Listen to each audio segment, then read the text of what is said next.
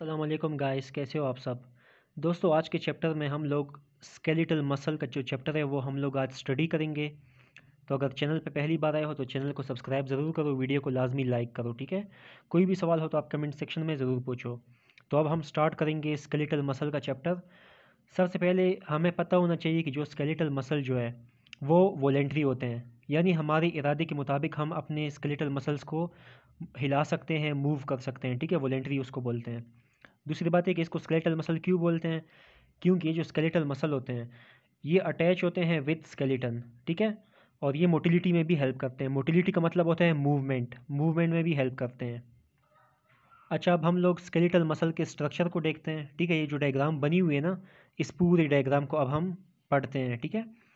सबसे पहले दोस्तों, यहाँ पे आपको ये जो पिंक वाला नज़र आ रहा है, ठीक है, ये है हमारे पास बोन, ठीक है। और बोन के साथ अटैच है ये ग्रीन वाला मसल, ठीक है। बोन के साथ ग्रीन मसल अटैच है। अच्छा, ये ग्रीन मैंने ड्रॉ किया लेकिन मसल ग्रीन नहीं होता, ठीक है। ये ऐसी मैंने ग्रीन कलर में ग्रीन पेन से ड्रॉ किया है, आप सिर्फ कंसेप्ट समझो। अच्छा, ये हमारे पास बोन, बोन के साथ मसल अटैच है। और मसल में ये जो पतली पतली लाइंस आपको नज़र आ रही है, ठीक है, इन लाइंस को टेंडन्स बोलते हैं।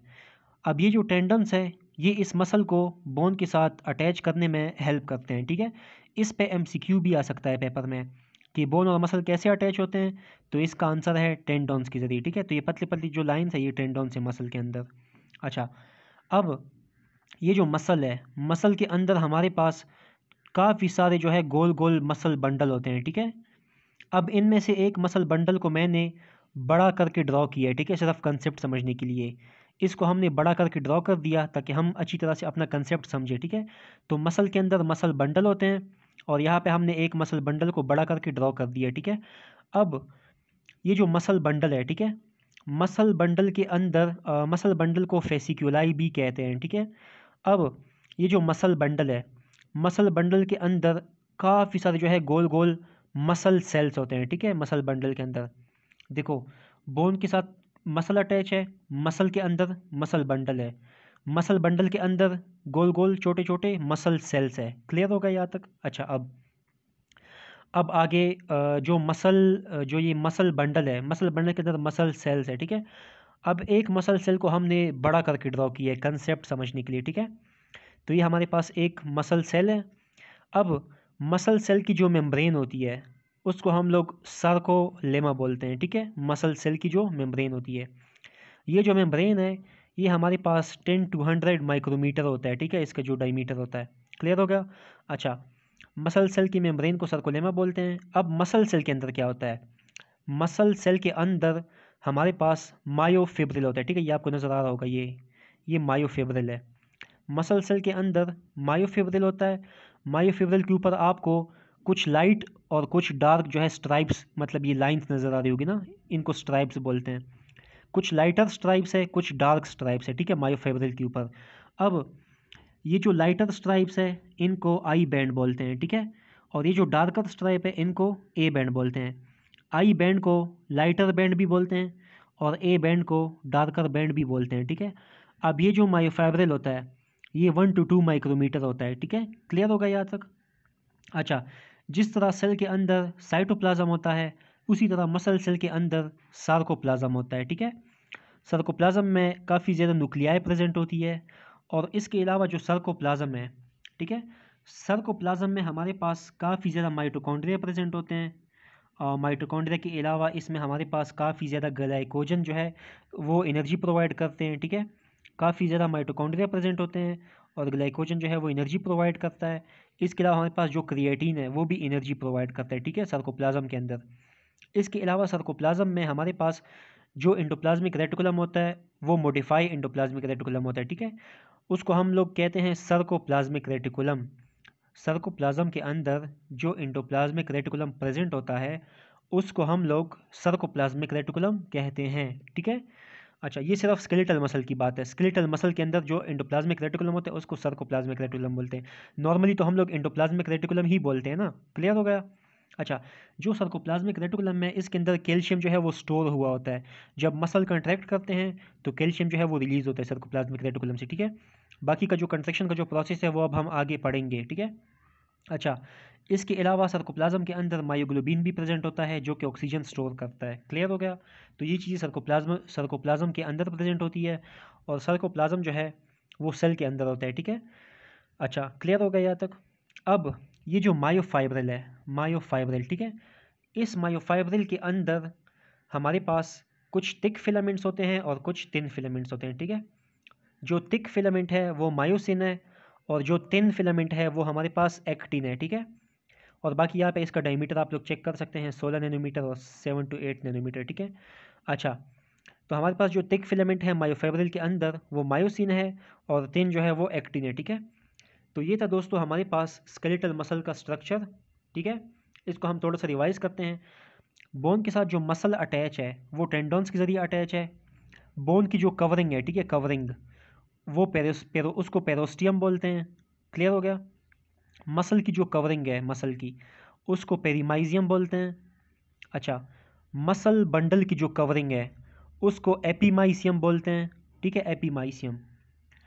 और उसके अलावा जो मसल सेल है इसकी मेम्ब्रेन को सर्कुलेमा बोलते हैं।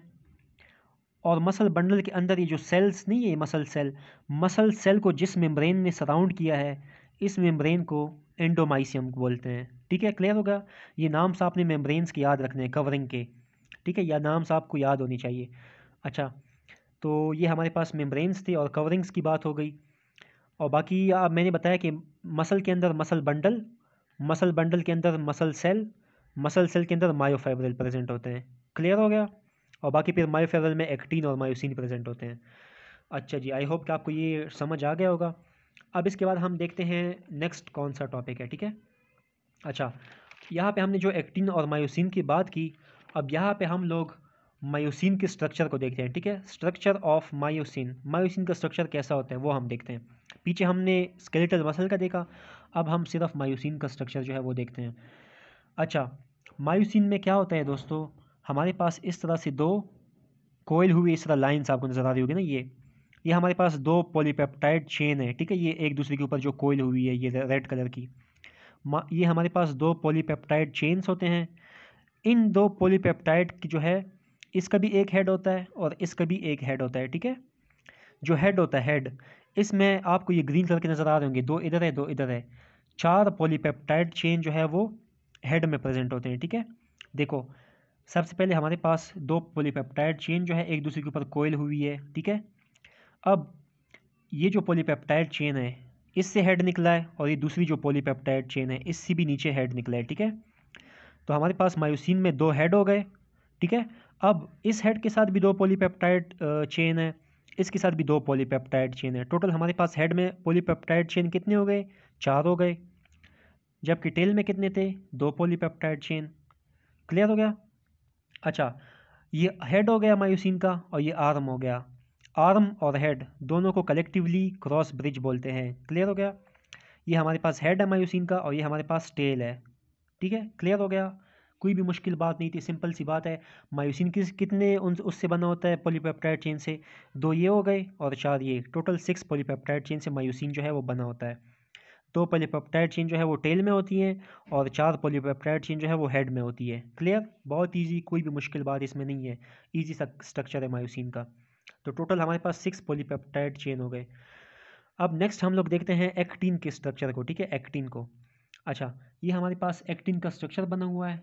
ठीक है, अब ये जो एक्टिन का स्ट्रक्चर है, ठीक है, ये आपको इधर इधर से सही नज़र नहीं आ रहा होगा, तो आपको अभी एक एक्टिन स्ट्रक्चर की जो है तस्वीर, इमेज जो है वो शो हो जाएगी वीडियो में। ठीक है, उसमें आपको क्लियरली जो है एक्टिन का स्ट्रक्चर जो है वो नज़र आ जाएगा। ठीक है, तो आप लोग इमेज में देख सकते हो, इस तरह होता है एक्टिन का स्ट्रक्चर। ठीक है, जिसके ऊपर ट्रोपोमाइसिन बाइंडिंग साइड भी होता है और ट्रोपोनिन सी बाइंडिंग साइड भी होता है। ठीक है, ट्रोपोनिन सी जो है वो कैल्शियम का बाइंडिंग साइट है और जबकि जो ट्रोपोमाइसिन है उसने जो बाइंडिंग साइड होता है ना जिसमें मायोसिन बाइंड करता है, उस बाइंडिंग साइड को कवर किया होता है ट्रोपोमाइसिन ने। क्लियर हो गया? अच्छा, अब यहाँ पे हमारे पास एक्टिन में क्या होता है, हमारे पास दो पॉलीपेप्टाइड चेन होते हैं एक्टिन में। मायोसिन में कितने थे? 6 पॉलीपेप्टाइड चेन। जबकि एक्टिन में कितने हमारे पास? दो पॉलीपेप्टाइड चेन हैं। ठीक है, अच्छा क्लियर हो गया? और ये जो बाइंडिंग साइट्स हैं ना, जिस तरह ट्रोपोनिन सी हो गया, मायोसिन बाइंडिंग साइट, इनको जो है रिसेप्टर साइड बोलते हैं। क्लियर हो गया? अच्छा, अब हम लोग बाइंडिंग साइड की बात करते हैं। हमारे पास एक्टिन के ऊपर 3 बाइंडिंग साइड होती है, ठीक है। पहला बाइंडिंग साइड है उसको T1 बोलते हैं, जिसको हम लोग ट्रोपोनिन C भी कहते हैं, जिस पे कैल्शियम बाइंड करता है। दूसरा है T2 जिस पे एक्टिन बाइंड करता है। तीसरा है T3 जिस पे ट्रोपोमाइसिन बाइंड करता है, ठीक है। ये 3 आपने याद रख लेने हैं। हमारे पास कैल्शियम बाइंडिंग साइड भी होता है एक्टिन के ऊपर, एक्टिन बाइंडिंग साइड भी होता है और ट्रोपोमाइसिन बाइंडिंग साइड भी एक्टिन के ऊपर होता है। क्लियर हो गया। तो ये था हमारे पास एक्टिन का स्ट्रक्चर। अब दोस्तों हम लोग आगे देखते हैं कौन सा टॉपिक है हमारे पास। अब दोस्तों आपको ये जो डायग्राम नज़र आ रहा है, इस डायग्राम में ये जो ब्लू लाइंस आपको नज़र आ रही है, ये हमारे पास थिक फिलामेंट्स है। थिक फिलामेंट्स का मतलब मायोसिन फिलामेंट्स है ये ब्लू वाले, ठीक है। इसके अलावा ये जो रेड लाइंस आपको नज़र आ रही हैं, ठीक है, एक साइड पे भी रेड लाइन और दूसरे साइड पे भी रेड लाइन, ये हमारे पास थिन फिलामेंट्स है जो कि एक्टिन फिलामेंट्स है, ठीक है। अब एक्टिन फिलामेंट में एक साइड से लेकर दूसरे साइड तक का जो एरिया है वो हमारे पास आई बैंड है, जबकि जो ब्लू वाला जो मायोसिन फिलामेंट है, इस मायोसिन फिलामेंट के एक साइड से दूसरे साइड तक का जो एरिया है ये हमारे पास ए बैंड है। ए बैंड डार्क बैंड और आई बैंड जो है वो लाइटर बैंड है, ठीक है। इसके अलावा एक्टिन फिलामेंट के मिड में जो ग्रीन लाइन है ये हमारे पास जेड लाइन है। दो सक्सेसिव जेड लाइन के बीच में जो डिस्टेंस होता है उसको सार्कोमेयर बोलते हैं। जब कंट्रैक्शन होती है तो ये एक्टिन फिलामेंट दोनों साइड से मायोसिन के ऊपर स्लाइड होते हैं और जो सार्कोमेयर है वो शॉर्ट हो जाता है, ठीक है, लेंथ में। नेक्स्ट टॉपिक है हमारे पास general mechanism of muscle contraction, ठीक है, ये नेक्स्ट टॉपिक है। अब हम लोग देखेंगे कि मसल कंट्रैक्शन का जो जनरल मैकेनिज्म है वो क्या है, ठीक है। तो जो जनरल मैकेनिज्म है उसमें क्या होता है दोस्तों, सबसे पहले हमारे पास एक्शन पोटेंशियल आता है मोटर नर्व एंडिंग में, ठीक है। जब action potential motor nerve ending में आ जाता है तो ये एक्शन पोटेंशियल जो है ना, इसकी वजह से एसिटाइल कोलिन रिलीज़ हो जाता है प्री साइनेप्टिक मेम्ब्रेन से, ठीक है। जब एसिटाइल कोलिन रिलीज़ होता है तो जो एसिटाइल कोलिन जो है ये हमारे पास कोलिनर्जिक रिसेप्टर होते हैं, ठीक है। एसिटाइल कोलिन गेटेड चैनल्स होते हैं पोस्ट मेम्ब्रेन के ऊपर, उसके साथ ही एसिटाइल कोलिन जो है ये बाइंड हो जाता है और एसिटाइल कोलिन चैनल्स को एक्टिवेट कर देता है, ठीक है। अब ये जो एसिटाइल कोलिन चैनल्स होते हैं ना, ये हमारे पास कैटायोनिक चैनल्स होते हैं।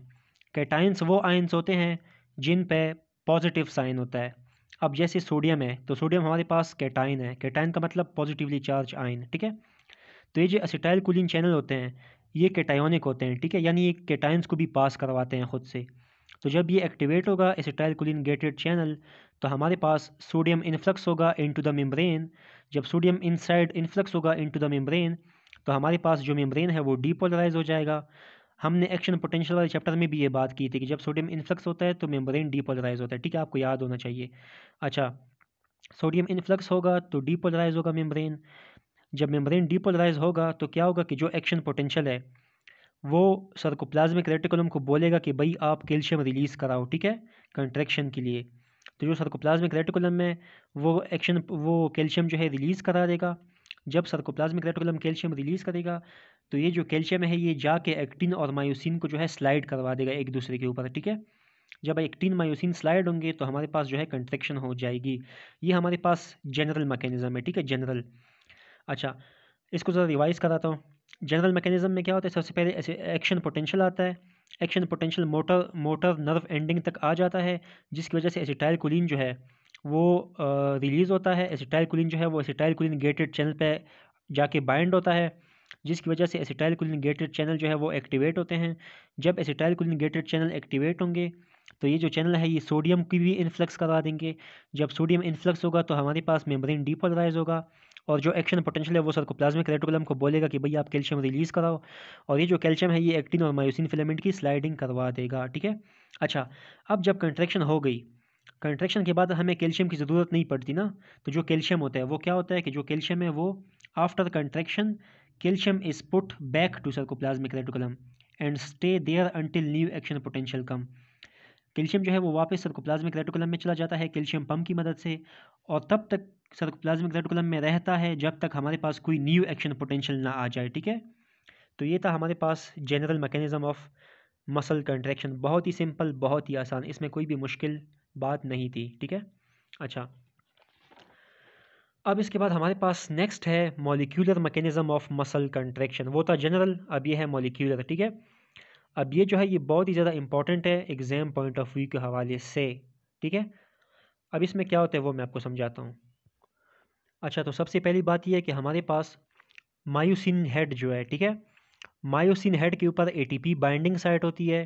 ठीक है, और इसके अलावा जो एक्टिन है उसका मैंने आपको बताया था कि एक्टिन के ऊपर ट्रोपोनिन सी होता है जिस पे कैल्शियम बाइंड करता है, और दूसरा ट्रोपोमाइसिन होता है जिसने बाइंडिंग साइट को ब्लॉक किया होता है।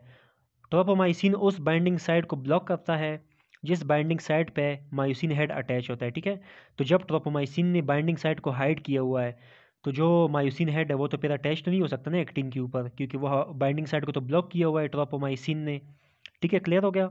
अच्छा, अब क्या होता है, सबसे पहले स्टेप में क्या होता है कि हमारे पास जो मायोसिन बाइंडिंग साइट है, ठीक है, मायोसिन बाइंडिंग जो मायोसिन हेड जो है, सॉरी, मायोसिन हेड के ऊपर जो एटीपी बाइंडिंग साइट है उसके ऊपर एटीपी आके अटैच हो जाता है। अब ये जो एटीपी है ना, ये मायोसिन हेड पे अटैच होने के बाद कन्वर्ट होता है इनटू एडीपी और इनऑर्गेनिक फॉस्फेट। ठीक है, जब एटीपी जो है वो कन्वर्ट होता है एडीपी और इनऑर्गेनिक फॉस्फेट में, तो जो मायोसिन हेड है उसको एडीपी और इनऑर्गेनिक फॉस्फेट से एनर्जी मिल जाती है। ठीक है, तो जब एनर्जी मिलती है मायोसिन हेड को, तो ये जो मायोसिन हेड है ये जो है एक्टिन पे जो उसका बाइंडिंग साइट होता है मायोसिन हेड का, वहाँ पे जो है अटैच हो जाता है, और अटैच होने के बाद एक्टिन फिलामेंट को ये स्लाइड करवा देता है अपने ऊपर टुवर्ड्स एम लाइन की तरफ। ठीक है, मिड लाइन जो होती है, तो जब एक्टिन फिलामेंट जो है वो स्लाइड होता है मायोसिन हेड की वजह से टुवर्ड्स एम लाइन, तो हमारे पास जो सर्कोमेयर है वो शॉर्ट होता है। ठीक है, सर्कोमेयर जो है वो छोटा हो जाता है लेंथ में। इसको बोलते हैं स्लाइडिंग फिलामेंट कंट्रैक्शन का जो प्रोसेस। ठीक है, इसको स्लाइडिंग फिलामेंट प्रोसेस बोलते हैं। क्लियर हो गया। अच्छा, नेक्स्ट है हमारे पास पावर स्ट्रोक। पावर स्ट्रोक क्या होता है, ये वो एक्शन होता है जो कि मायोसिन को अलो करता है ताकि वो एक्टिन को पुल कर सके, स्लाइड कर सके टुवर्ड मिड लाइन। ठीक है, इसमें भी वही बात है कि हमारे पास जब एटीपी कन्वर्ट होगा एडीपी और इनऑर्गेनिक फॉस्फेट में, तो मायोसिन हेड को एनर्जी मिलेगी। मायोसिन हेड जो है वो एक्टिन के साथ बाइंड हो जाएगा और एक्टिन को जो है अपने ऊपर स्लाइड करवा देगा towards M line, mid line. ठीक है, अच्छा, अब क्या होता है, रिलैक्स स्टेट में जब मसल रिलैक्स होते हैं, मतलब कंट्रैक्शन नहीं होती ना, रिलैक्स स्टेट जो होता है, रिलैक्स स्टेट में हमारे पास जो ट्रोपोमाइसिन होता है उसने ब्लॉक किया होता है binding site of myosin head on actin. ठीक है, क्रॉस ब्रिज मैंने आपको बताया था कि क्रॉस ब्रिज क्या होता है, मायोसिन का हेड हो गया और आर्म हो गया। ठीक है, arm plus head is equal to cross bridge. ठीक है, क्रॉस ब्रिज जो है ये आर्म और हेड को बोलते हैं। अच्छा, तो जो क्रॉस ब्रिज बाइंडिंग साइट है एक्टिन के ऊपर उसको ब्लॉक किया है ट्रोपोमाइसिन ने रिलैक्स स्टेट में। जब कैल्शियम आएगा और कैल्शियम ट्रोपोनिन सी पे बाइंड करेगा एक्टिन फिलामेंट के ऊपर, तो हमारे पास जो ट्रोपोमाइसिन है वो अपनी जगह से हट जाएगा। जब ट्रोपोमाइसिन हट जाएगा तो इसने जो बाइंडिंग साइट को ब्लॉक किया था वो अनकवर हो जाएगा, मतलब सामने आ जाएगा वो बाइंडिंग साइट ना, ओपन हो जाएगा। तो जब बाइंडिंग साइट जो है वो अनकवर होगा, तो जो मायोसिन हेड का जो क्रॉस ब्रिज है, मायोसिन क्रॉस ब्रिज, वो एक्टिन के ऊपर अटैच हो जाएंगे और एक्टिन को स्लाइड करवा देंगे टुवर्ड्स मिड लाइन। तो जब एक्टिन जो है वो स्लाइड होगा towards mid line, M line, तो हमारे पास जो सर्कोमेयर है वो शॉर्ट हो जाएगा और हमारे पास कंट्रैक्शन हो जाएगी। ठीक है, सिंपल सा टॉपिक था, कुछ भी नहीं है। इस प्रोसेस को बोलते हैं मॉलिक्यूलर मैकेनिज्म। क्लियर हो गया। टॉपिक है हमारे पास वॉक अलोंग रैचेट थ्योरी। ठीक है, इसको वॉक अलोंग थ्योरी भी बोलते हैं और इसको रैचेट थ्योरी भी बोलते हैं। अब इसमें क्या होता है, आपको अगर मैं मतलब सादा अल्फाज में समझाऊं, वॉक अलोंग का मतलब होता है साथ साथ चलना। ठीक है, जैसे कि आपको मैंने बताया कि जो एक्टिन फिलामेंट होता है वो मायोसिन के ऊपर वॉकिंग करते हैं ना, चलते हैं आगे की तरफ, मिड लाइन एम लाइन की तरफ। तो सिंपल अल्फाज में इसका यही मतलब है। अच्छा, अब क्या होता है कि जो वॉक अलोंग थ्योरी में क्या होता है, सबसे पहला स्टेप क्या है, मायोसिन क्रॉस ब्रिज यानी मायोसिन हेड जो है, मायोसिन हेड पे एटीपी आके बाइंड होता है। अच्छा, याद रखिएगा, जब तक एटीपी जो है ना, एटीपी वो मायोसिन हेड पे बाइंड नहीं करेगा तो तब तक हमारे पास मायोसिन हेड को एनर्जी नहीं मिलेगी और कंट्रैक्शन का जो प्रोसेस है वो नहीं होगा। ठीक है, कंट्रैक्शन का प्रोसेस सिर्फ तब होता है जब एटीपी जो है वो मायोसिन हेड के ऊपर बाइंड होती है और एटीपी जो है वो एडीपी और इनऑर्गेनिक फॉस्फेट में कन्वर्ट होती है। ठीक है, ये बात आपको ये पता होनी चाहिए। अच्छा, वॉक अलोंग थ्योरी में क्या होता है, सबसे पहले एटीपी जो है वो मायोसिन क्रॉस ब्रिज पे बाइंड होती है, मायोसिन हेड के ऊपर बाइंड होती है। फिर क्या होता है, मायोसिन हेड जो है ना उसमें हमारे पास एटीपेज एक्टिविटी होती है। अब ये जो एटीपेज एक्टिविटी है ये एटीपी को ब्रेक डाउन करेगी इनटू एडीपी और इनऑर्गेनिक फॉस्फेट, ठीक है। अच्छा, जब हमारे पास एडीपी और इनऑर्गेनिक फॉस्फेट बनेंगे तो ये जो एडीपी और इनऑर्गेनिक फॉस्फेट है इसकी वजह से मायोसिन हेड को जो है एनर्जी मिल जाती है। जब एनर्जी मिलेगी मायोसिन हेड को तो क्या होगा, हमारे पास एक्टिन जो है एक्टिन उसके ऊपर जो कैल्शियम बाइंडिंग साइट है ट्रोपोनिन सी पे वो अनकवर हो जाएगा। जब बाइंडिंग साइट अनकवर होगा तो कैल्शियम जो है वो आके एक्टिन के ऊपर ट्रोपोनिन सी पे अटैच होगा, ठीक है। जब कैल्शियम ट्रोपोनिन सी पे अटैच हो जाए तो हमारे पास क्या होगा, हमारे पास कन्फर्मेशनल चेंजेस हो जाएंगे, ठीक है, फिलामेंट्स के अंदर, जिसकी वजह से जो पावर स्ट्रोक मैंने आपको बात की, पावर स्ट्रोक वो एक्शन है जो कि मायोसिन को अलो करता है to pull actin towards M line, ठीक है। एटीपी जो है वो एडीपी और इनऑर्गेनिक फॉस्फेट में कन्वर्ट होता है पावर स्ट्रोक में। पावर स्ट्रोक में जो है मायोसिन को पावर मिलती है, ठीक है, ताकि वो एक्टिन को स्लाइड करे अपने ऊपर। क्लियर हो गया। ये कुछ 4 स्टेप्स थे वॉक अलोंग थ्योरी के, बहुत ही सिंपल स्टेप्स थे। इसको मेरे ख्याल से तो रिवाइज करने की ज़रूरत भी नहीं है, आप एक नज़र इसको खैर देख लेना खुद ही, ठीक है। अच्छा, अब इसके बाद नेक्स्ट टॉपिक है type of whole muscle contraction. हमारे पास होल मसल कंट्रैक्शन के जो टाइप्स है वो कितने हैं, हमारे पास 2 टाइप्स होते हैं होल मसल कंट्रैक्शन के।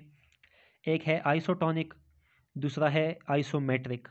अब आइसोटोनिक में क्या होता है, आइसोटोनिक में मसल कंट्रैक्ट करता है और जो लेंथ है मसल की वो चेंज हो जाती है, ठीक है, आइसोटोनिक में।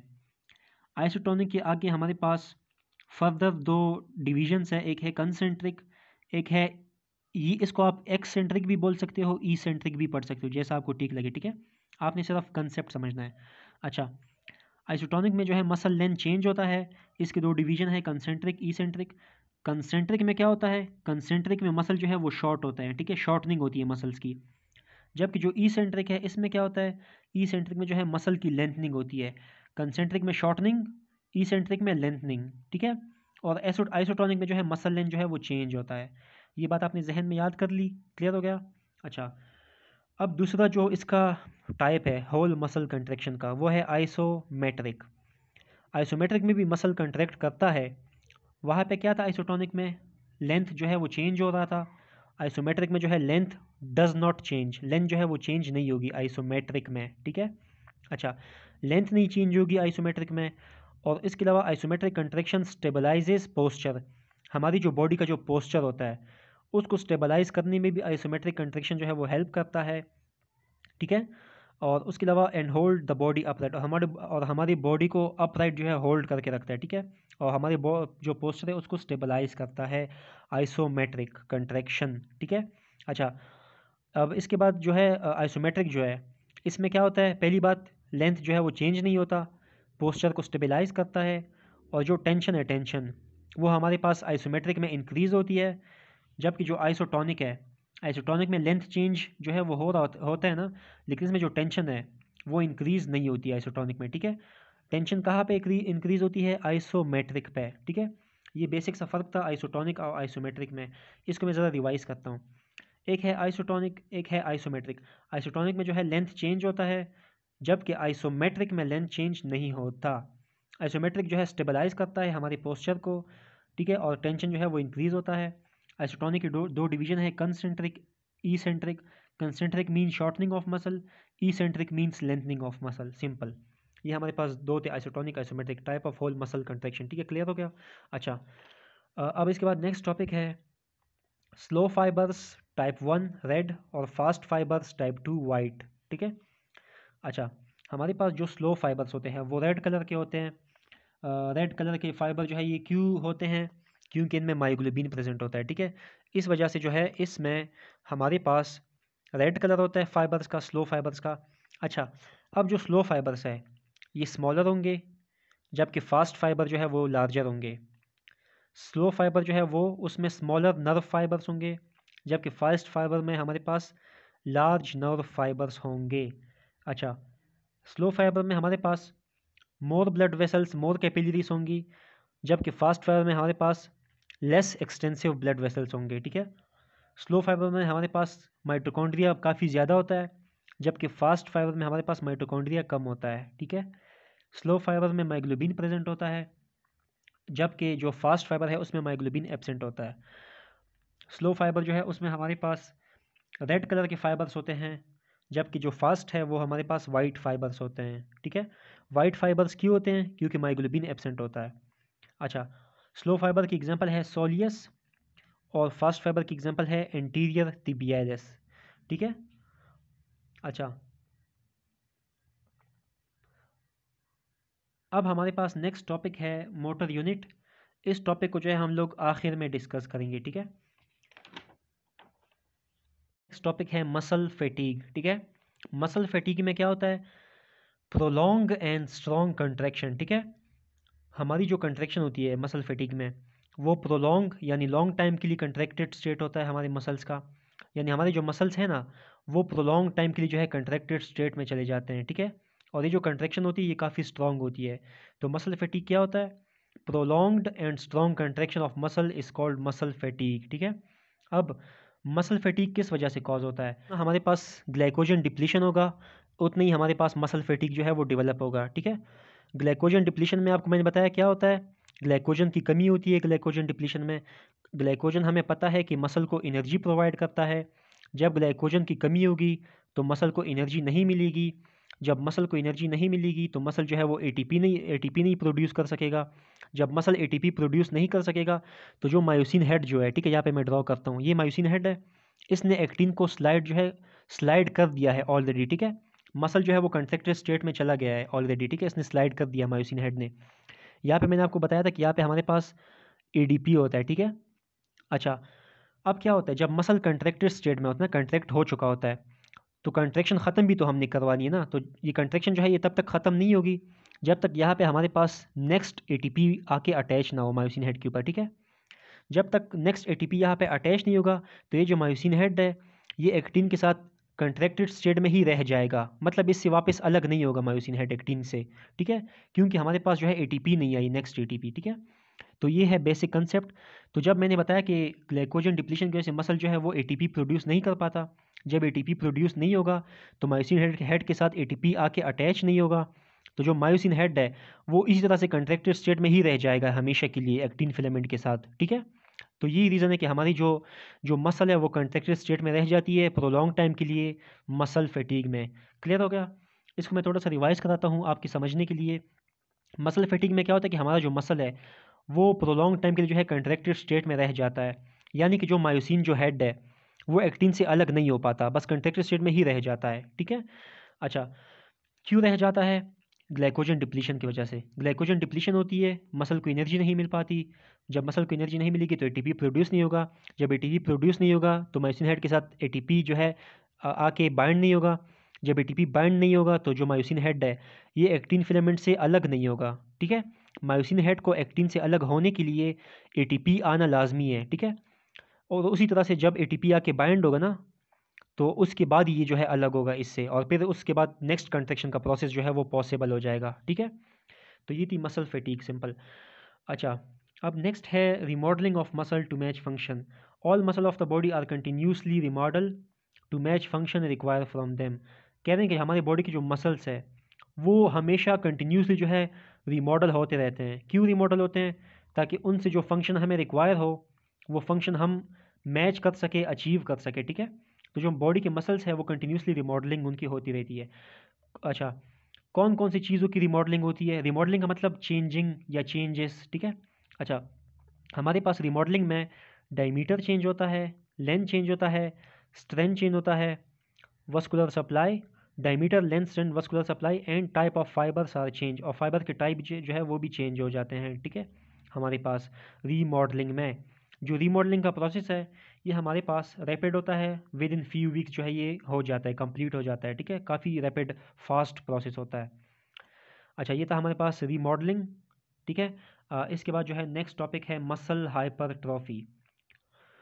अच्छा, ये जो मसल हाइपरट्रॉफी है ये भी हमारे पास रिमॉडलिंग का ही पार्ट है। ठीक है, ये आपने याद रखना है।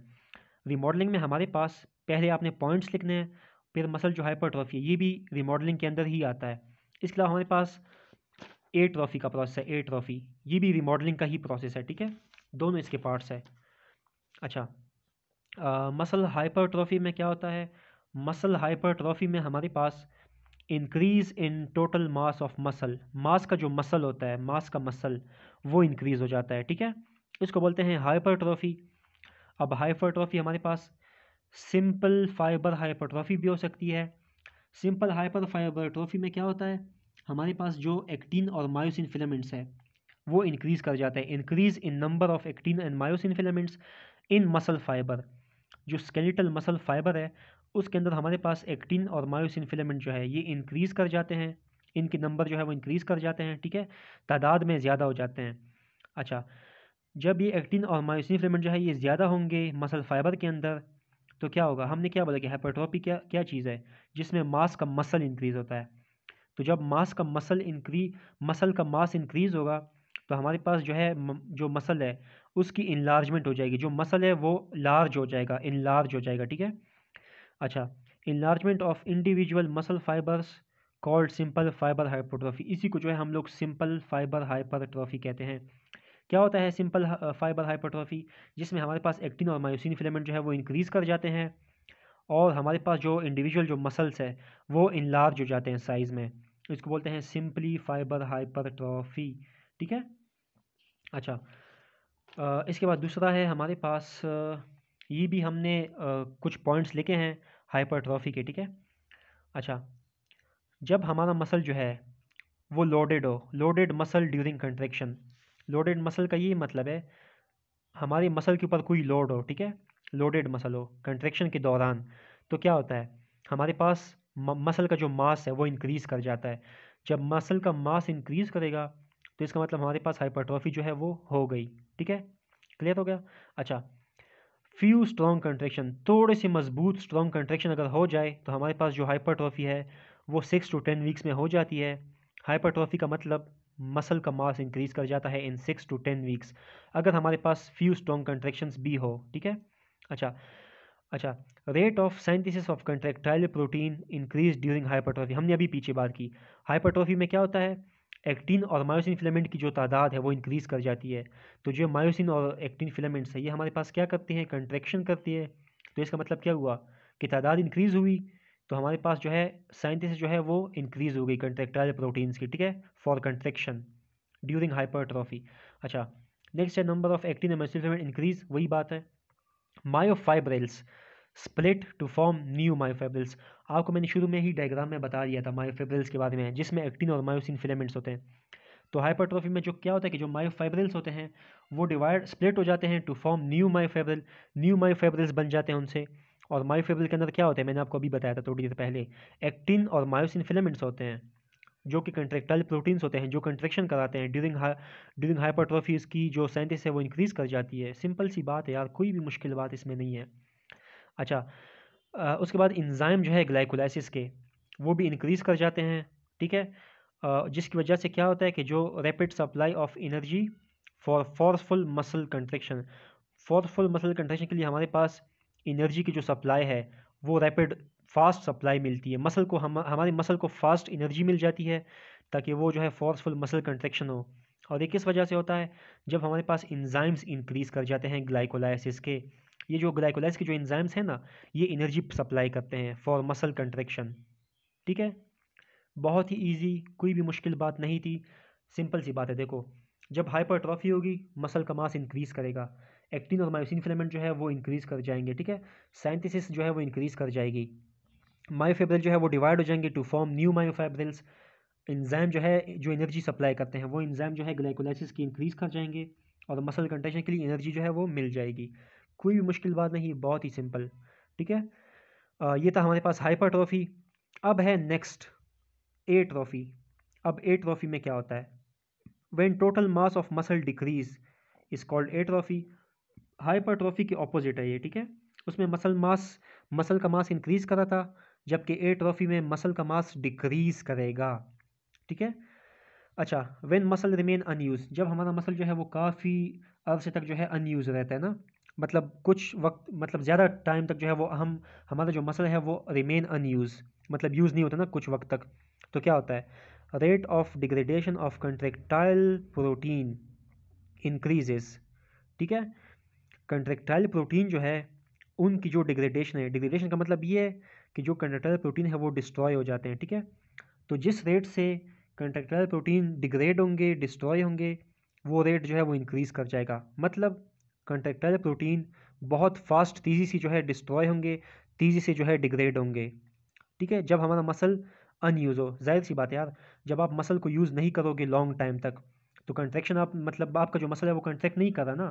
तो जब कंट्रैक्ट नहीं करेगा तो कंट्रैक्टाइल प्रोटीन की बॉडी में ज़रूरत ही फिर नहीं पड़ी ना। तो इस वजह से जो रेट ऑफ डिग्रेडेशन है कंट्रैक्टाइल प्रोटीन का वो इंक्रीज़ कर जाता है, सिंपल।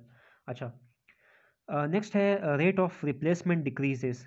ठीक है, ये जो बात है ना, ये भी आपको समझ नहीं आएगी, लेकिन ये आपको मैं बताऊंगा इंशाल्लाह। कहते हैं कि जो मसल अनयूज़ होते हैं ना, अनयूज़ मसल की रिप्लेसमेंट जो है वो भी डिक्रीज़ हो जाती है। ठीक है, न्यू मसल से वो रिप्लेस नहीं होता। इसके अलावा यहाँ पे हमारे पास ATP dependent ubiquitin proteasome pathway होता है एट्रोफी के अंदर। ठीक है, ये नाम आपने याद रखना है। ATP dependent ubiquitin proteasome pathway is responsible for protein degradation. यहाँ पे हमने बोला ना कि प्रोटीन की डिग्रेडेशन होती है, तो ये जो कंट्रैक्टाइल प्रोटीन की जो डिग्रेडेशन होती है, ये जिस पाथवे से होती है उस पाथवे का नाम ये है, ATP dependent ubiquitin proteasome pathway. इस पाथवे में जो है प्रोटीन की डिग्रेडेशन होती है। कैसी होती है? इसमें हमारे पास जो प्रोटियोसोम होता है, प्रोटियोसोम, ये हमारे पास प्रोटियोसोम जो है ये हमारे पास लार्ज प्रोटीन कम्प्लेक्स होता है। ठीक है, ये जो प्रोटियोसोम है ना, ये क्या करता है? डेट डिग्रेड, डिस्ट्रॉय, डैमेज और unneeded protein bye proteolysis. Proteolysis की प्रोसेस के ज़रिए प्रोटियोसोम जो है ये अननीडेड प्रोटीन को डिग्रेड करा देता है, या अगर डैमेज प्रोटीन हो। ठीक है, प्रोटियोलाइसिस वो प्रोसेस है जिसमें अननीडेड प्रोटीन या डैमेज प्रोटीन वो डिग्रेड हो जाते हैं। किसके ज़रिए? प्रोटियोसोम के ज़रिए। क्लियर हो गया? सिंपल सी बात है। अच्छा, अब मैं आपको ये ज़रा रिवाइज़ कराता हूँ। देखो, जब आपका मसल जो है वो अनयूज़ रहते ना, उसको आप यूज़ नहीं करते लॉन्ग टाइम तक, तो जो मसल का जो मास है वो डिक्रीज़ करेगा। जब मसल का मास डिक्रीज़ करेगा, कंट्रैक्शन नहीं होगी ना, मतलब अनयूज़ होगा लॉन्ग टाइम तक। तो जब कंट्रैक्शन नहीं होगी तो हमारे पास जो कंट्रैक्टाइल प्रोटीन जो है वो भी मतलब डिग्रेड होते जाएंगे, और जिस पाथवे से डिग्रेड होंगे उसका नाम है ATP dependent ubiquitin proteasome pathway. इस पाथवे में हमारे पास जो प्रोटियोसोम होता है वो प्रोटीलाइसिस के प्रोसेस में हमारे पास डैमेज और अननीडेड प्रोटीन की डिग्रेडेशन कराता है। ठीक है, तो ये सारा बेसिक सा कंसेप्ट था एट्रोफी का। क्लियर हो गया आपको? अच्छा, अब हमारे पास हमने एक पढ़ा हाइपरट्रॉफी में, ये वाला सिंपली फाइबर हाइपरट्रॉफी, जिसमें एक्टिन और मायोसिन फिलामेंट जो है वो इंक्रीज़ कर देते हैं, मसल इनलार्ज होता है। ठीक है, इसके बाद हमारे पास हाइपरट्रॉफी का दूसरा जो है वो टाइप है मसल लेंथ हाइपरट्रॉफी। ठीक है, अब मसल लेंथ हाइपरट्रॉफी में क्या होता है? मसल का जो लेंथ है, लेंथ वो भी चेंज होता है। ठीक है, मसल के मास इंक्रीज़ होने के साथ मसल जो है वो स्ट्रेच हो जाता है। ठीक है, जब मसल स्ट्रेच होगा to greater than normal length, normal length से जब है मसल जो है वो स्ट्रेच होगा, तो क्या होगा? सर्कोमेयर की एडिशन होगी। Sarcomere added to end of muscle fibre के एंड्स पे सर्कोमेयर जो है वो ऐड होंगे। ठीक है, जब मसल जो है वो स्ट्रेच करेगा नॉर्मल लेंथ से ग्रेटर। ठीक है, सर्कोमेयर की एडिशन होगी at the end of muscle fibre के एंड पे। ठीक है, अब ये जो एडिशन होती है ना सर्कोमेयर की, ये रैपिड एडिशन होती है, rapid addition of sarcomere in newly developing muscle. ठीक है, ये काफ़ी रैपिडली जो है ऐड होते रहते हैं मसल फाइबर के एंड पे। कब होते हैं? जब मसल जो है वो स्ट्रेच करता है greater than normal length. Simple, कोई भी मुश्किल बात नहीं, बहुत ही ईजी। ठीक है, सिर्फ सर्कोमेयर की एडिशन होगी। मसल लेंथ हाइपरट्रॉफी को आपने जहन में याद करना है कि इसमें मसल स्ट्रेच होगा ग्रेटर देन नॉर्मल लेंथ से, और हमारे पास सर्कोमेयर की एडिशन होगी। सिंपल, सर्कोमेयर क्या करता है? जब मसल कंट्रैक्ट होता है ना, एक्टिन मायोसिन फिलामेंट एक दूसरे के ऊपर स्लाइड करते हैं, तो क्या होता है? सर्कोमेयर जो है वो शॉर्ट हो जाता है, शॉर्टन हो जाता है। ठीक है, याद है ना आपको? यहाँ पे जो है सर्कोमेयर की एडिशन होगी at the end of muscle fibre. Muscle length hypertrophy है, इसका ये पहला पॉइंट था, सर्कोमेयर की एडिशन होगी, रैपिड एडिशन। अब दूसरा पॉइंट को देखो, muscle continuously remain short than normal length. ठीक है, मसल जो है अगर वो, यहाँ पे हमने क्या बात की कि मसल जो है नॉर्मल लेंथ से ज़्यादा स्ट्रेच हो गया। यहाँ पे जो हम लोग बात करेंगे कि मसल नॉर्मल लेंथ से शॉर्ट है, वहाँ पे जो है स्ट्रेच था लॉन्ग, मतलब ग्रेटर था ना नॉर्मल लेंथ से, जबकि यहाँ पे जो है शॉर्ट है देन नॉर्मल लेंथ। ठीक है, नॉर्मल लेंथ से शॉर्ट है यहाँ पे। अगर हमारे पास मसल जो है वो कंटिन्यूसली शॉर्ट हो नॉर्मल लेंथ से, तो क्या होगा? सर्कोमेयर जो है वो डिसअपेयर हो जाएगा मसल फाइबर से, सर्कोमेयर जो है मसल फाइबर से डिसअपेयर हो जाएगा। वहाँ पे ऐड हो रहा था ना लेंथ, जब ज़्यादा था, स्ट्रेच था। यहाँ पे लेंथ जो है वो शॉर्ट है, तो यहाँ पे जो है सर्कोमेयर जो है वो डिसअपेयर हो जाएगा मसल फाइबर से। It is by this process muscles are continuously remodel to have proper length for muscle contraction. कह रहे हैं कि ये जो मसल लेंथ हाइपरट्रॉफी का जो प्रोसेस है, ये वही प्रोसेस है जिसके ज़रिए जो है मसल जो है वो कंटिन्यूसली रिमॉडल होते हैं, ताकि जो है प्रॉपर लेंथ मेंटेन हो फॉर मसल कंट्रैक्शन, मसल की प्रॉपर लेंथ मेंटेन हो मसल कंट्रैक्शन के लिए, ठीक है। तो इस वजह से जो है प्रॉपर लेंथ मेंटेन करने के लिए कंटिन्यूसली रिमॉडल होते हैं, ठीक है। तो ये थे हमारे पास 3 पॉइंट्स, मसल लेंथ हाइपरट्रॉफी के 3 पॉइंट्स, ठीक है। अच्छा, आई होप कि आपको समझ आ रही होगी, बहुत ही सिंपल, बहुत ही आसान, कोई भी मुश्किल बात इसमें नहीं है। नेक्स्ट है हाइपरप्लेजिया। हाइपरप्लेजिया में क्या होता है? Increase in number of muscle fibre. जो मसल फाइबर होते हैं उनके नंबर जो है वो इंक्रीज कर जाते हैं मसल फाइबर के, ठीक है।